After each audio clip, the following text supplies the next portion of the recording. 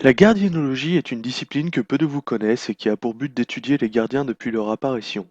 Un certain nombre de vestiges de boucliers ont été découverts dans l'outre-monde permettant de comprendre leur évolution au fil des âges. Apparu en 3000 avant Deus Patate, le gardien était pourvu d'un bouclier en bois. Peu solide, il a signé la disparition de beaucoup de ses possesseurs. La découverte de débris métalliques améliora leur solidité, mais ils n'avaient pas trouvé l'élément qui leur permettrait de changer leur métier en un véritable mythe. Ce ne fut que plusieurs années plus tard, alors que les différents métiers se demandaient si les gardiens allaient disparaître de l'outre-monde, qu'est apparue la matière première miracle qui allait à tout jamais les changer. La structure métallique sortie des forges de l'atelier. Robuste, fiable, elle avait toutes les propriétés nécessaires à la bonne survie des gardiens. Aujourd'hui, les gardiens sont ancrés dans l'histoire de Horde, toujours aussi fiers de leur caste. Mais qui sont-ils vraiment? Nous vous le faisons partager ici. Certains héros ont assuré que le métier de gardien était fait pour les hommes, pour les durs à cuire pouvant porter leur bouclier grâce à leur force reconnue et à leurs muscles saillants. Mais peu savent que des gardiennes sont parmi cette troupe, certes pas en majorité, mais elles défendent bien leur place. Des mauvaises langues pourraient ainsi penser qu'elles ne sont là que pour préparer de bons petits plats ou créer des drogues pour leurs camarades masculins, qu'elles ne servent pas pour les expéditions ou les chantiers du fait de leur constitution. Pas du tout. Après plusieurs mois d'entraînement intensif, elles sont soumises à un test. Test où ne réussissent que les plus valeureuses, les autres étant refoulées chez les fouineurs. Un petit de 8 ans a demandé à participer au choc des gardiens.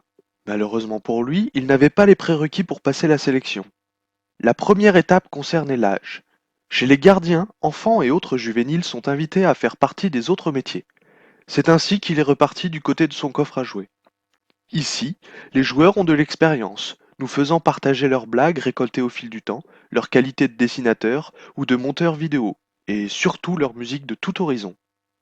Avec une mère telle que Yonali, on aurait pu penser que tous les gardiens se seraient mis au rose ou au vert. Malgré tout, le bleu l'emporte sur les autres couleurs, certainement un reste de leur vie antérieure chez les habitants. Un passé bien sombre que peu osent avouer qui les traumatise encore aujourd'hui. Certains soupçonnent un lavage de cerveau par Mich Michel. Ceci reste à éclaircir. On le savait et ce sondage l'a confirmé. Les éclaireurs sont pris pour cible. Tout le monde les déteste, même les gardiens. Ce sont les moutons noirs de Horde, les caliméros des héros. Ils ont leur réputation à tenir, mais les techniciens ont cependant eu chaud aux fesses. Les éclaireurs ont-ils du souci à se faire pour garder leur première place? Ah! Ce sable à portée de vue, ce soleil de plomb, ces nombreuses balades attirent les gardiens.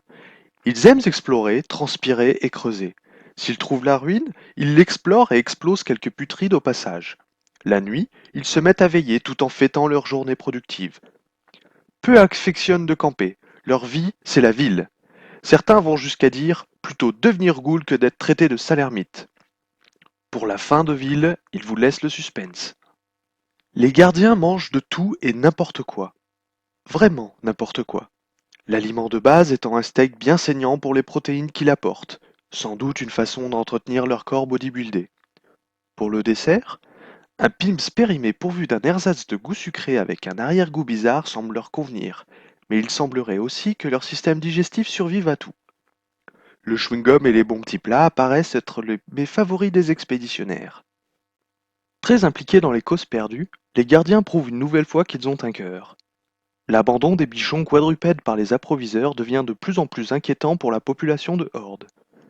Ces chiens s'entassent dans les commissariats depuis des années. Aujourd'hui, il ne reste plus aucun hébergement pour eux. Prêts à tout pour aider, la ville des gardiens les accueille à bras ouverts, un grand sourire aux lèvres. Au menu ce soir, ce sera barbecue de clébard. Les fouineurs diront que leur pelle leur permet d'être plus efficaces en fouille. Les gardiens, eux, ont trouvé une toute autre utilité à cet objet. Frapper des zombies jusqu'à ce que mort s'en suive, une sorte d'anti-stress qui leur redonne le sourire et la forme tout en leur permettant de se défouler. D'autres ont vu là un nouvel objet de défense ou un instrument servant à enterrer des fouineurs. Nous tairons tout de même le nom de celui qui prend une pelle comme vibromasseur. Il ne doit certainement pas connaître le petit manche vibrant. Pour une grande majorité de gardiens, le masque des chamans leur sert à cacher leur laideur. Personne ne les a jamais vus sans. L'âme sœur fera-t-elle fi d'un tel détail? En tous les cas, les gardiens ne s'y sont pas laissés prendre. Des exhibitionnistes. Voilà ce que les gardiens sont. Ils aiment à dormir dans le plus simple appareil. Certains, plus pudiques, ne se séparent jamais de leur bouclier. Ne sait-on jamais ce qu'il peut se passer la nuit, même entre gardiens? L'air frais, il n'y a que ça de vrai pour les rendre plus vigoureux. Ils ne veulent pas entendre parler de pyjama. Un caleçon, une culotte ou un ensemble de sous-vêtements suffit aux amoureux du tissu. Il leur faut de l'action, du suspense, une pointe de science-fiction et un poil de fantastique pour que les gardiens passent une bonne soirée en visionnant un film. Des actions héroïques, des combats à répétition, la tiraille d'un vrai aventurier, des armes de pointe, ça, c'est du vrai cinéma. Non, les gardiens n'utiliseront pas de livres d'ermite même si on le leur offrait généreusement. Approcher ce métier est déjà difficile en soi de par l'odeur qu'il dégage. Il ne faut pas oublier qu'ils possèdent une haleine putrine digne de celle des zombies. Alors le lire en sachant qu'ils devront boire l'urine de leurs camarades ou la leur, voire manger des vers, non, sans façon. Il les laisse volontiers assez pouilleux. Kéréu défend d'ailleurs sa position. Un livre d'ermite, c'est comme une brosse à dents, ça ne se prête pas. Ils ont de l'imagination, ces gardiens.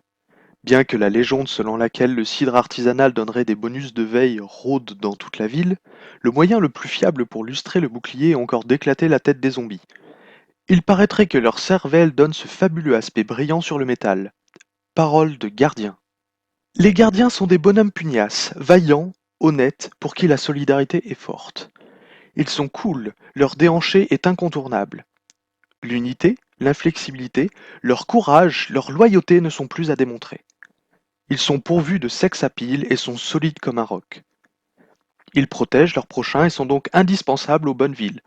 Bref, ils sont essentiels sur Horde. De véritables héros.